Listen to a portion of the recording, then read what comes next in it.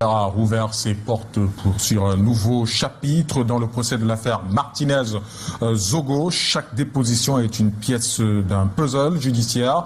Et ce lundi, un sous-lieutenant a été le cinquième à monter à la barre, avec un témoignage qui pourrait bien faire basculer les dossiers. Nous rejoignons sur place notre envoyé spécial Ardong Efak. Bonsoir Ardong.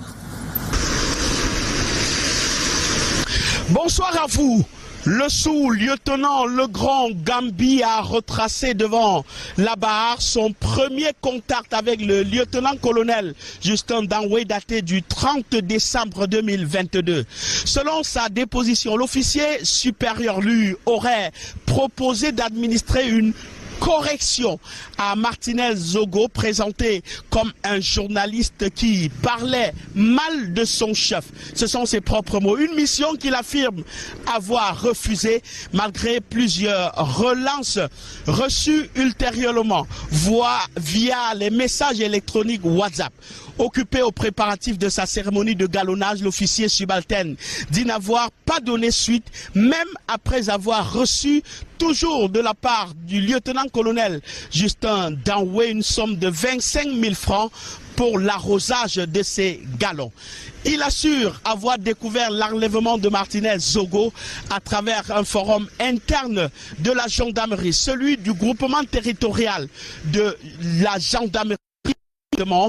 Il dit avoir saisi sa hiérarchie, en l'occurrence le lieutenant-colonel Haïssi, commandant du groupement territorial de gendarmerie à l'époque, pour dénoncer cette opération dont il avait eu vent.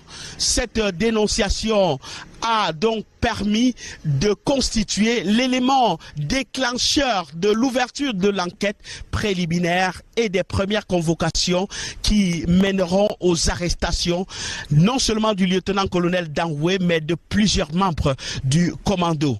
Soumis au feu croisé des questions des différentes parties au procès, le sous-lieutenant a tenté de se dégager de toute implication directe.